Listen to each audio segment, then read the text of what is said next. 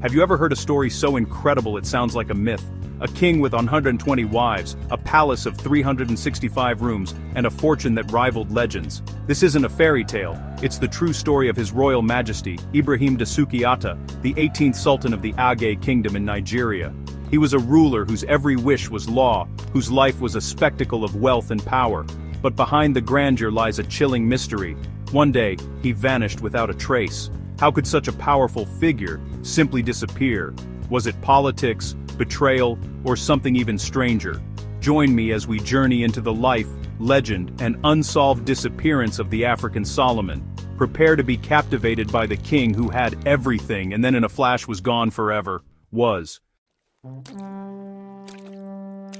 To understand the mystery, we must first understand the man. Born into royal lineage, Ibrahim Dasuki Atta was groomed for leadership from childhood, ascending as the 18th Sultan of Agay. He quickly earned the nickname, the African Solomon, a nod to his wisdom, wealth, and famously large family. Sultan Atta was more than a traditional ruler. He was a shrewd businessman and political operator, bridging ancient customs with modern influence. His court was a hub of power, his reputation growing with every tale of his wealth and family. Stories of his charisma and ability to manage a vast household turned him into a living legend, but such visibility and influence made him a target in a rapidly changing Nigeria.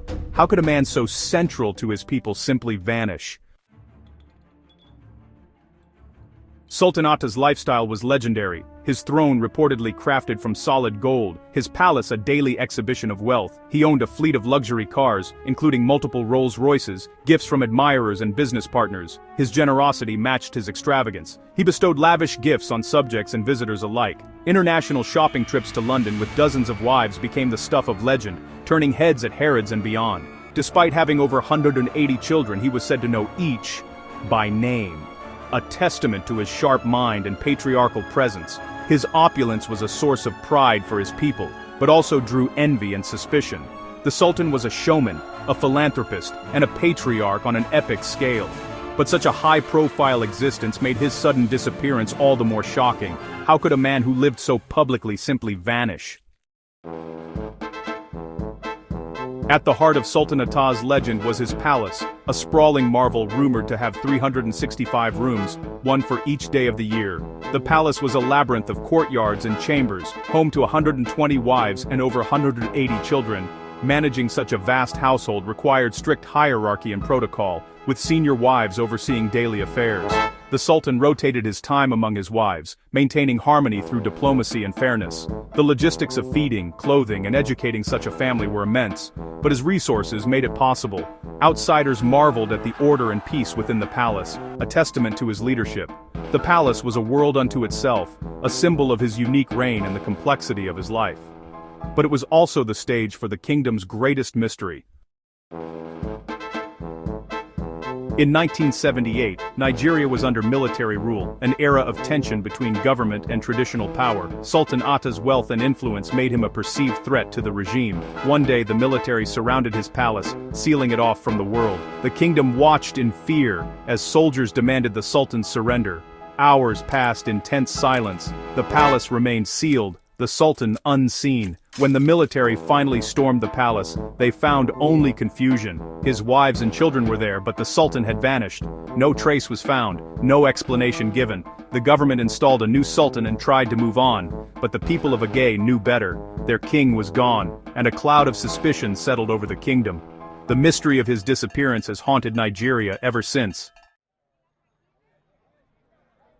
After the Sultan's disappearance, the official story was silence, but behind palace walls, rumors flourished. Some believed the Sultan orchestrated his own escape, slipping away through a secret tunnel to live in exile. Others whisper of a violent end, claiming he was killed in a secret confrontation and his body hidden to avoid unrest. A third, more mystical theory suggests he used spiritual powers to vanish from the physical world, transcending capture. Each theory reflects the fear, hope, and reverence his people still hold. The truth remains locked behind palace doors, passed down in hushed tones. Was he a victim, a mastermind, or something more? The legend only grows with each retelling. The Sultan's wives and children were thrust from privilege into uncertainty overnight. The new sultan took over, and while the family remained in the palace, their status was forever changed. Today they live in deliberate silence, protecting their legacy and avoiding the dangers of speaking out. Many children have built new lives, but all carry the weight of an unfinished story. For them, the African Solomon was not a legend, but a father whose sudden absence left a lasting void. Private ceremonies still honor his memory, and the palace stands as a silent monument to his reign. Their quiet existence is the most poignant legacy of the king who vanished. The mystery endures in every corner of their lives. So, what really happened to Sultan Ibrahim Dasuki Ata? Was he assassinated? Did he escape, or did he transcend this world? Decades later, the truth remains buried. The mystery is captivating as ever. His story challenges us to look deeper into African history, beyond the headlines and official records. Perhaps the details matter less than the legend he left behind. A tale of ambition, grandeur, and a mystery that endures. The fragile nature of power, the interplay of tradition and politics. These are the real lessons of his life. What do you believe happened to the king with 120 wives? The story of Sultan Atta is a reminder. Some mysteries are never meant to be solved.